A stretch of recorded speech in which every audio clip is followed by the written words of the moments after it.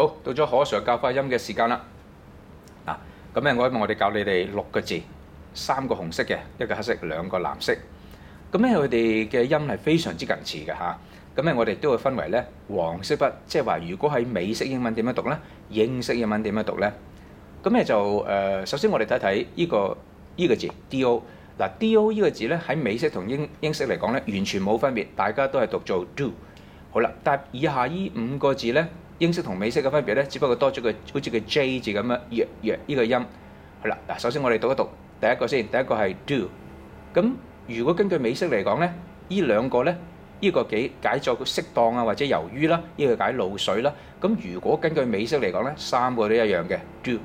好啦，但係如果係根據英式嚟講咧，呢個適當同埋露水咧就唔係 do，多咗個弱音弱，所以呢個讀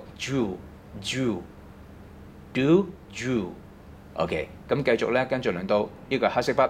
嗱，呢個黑色筆叫二重奏，咁咧就咧亦都可以形容咧一啲嘅兩人組合，譬如話喺演藝界咧，我哋有 twins 啊，咁呢啲叫做呢個咧就叫做 duo。其實我哋睇睇個音標啦，頭先上面嗰個讀 do， 呢個加個 o 落去 duo。嗱，英式英文就唔係啦 duo。好啦，嗱咁我哋由呢個轉做呢個啦，咁呢個咧就係喺個發音嚟講咧雙重。譬如舉個例子，雙重標準啊，決鬥啊，咁呢2個字嘅發音係完全一樣嘅。你睇下，都係加個 o 嘅。記住小心個 L 尾喺後邊喎。凡親 L 尾係離尖頂下做，呢個係 duo 啊。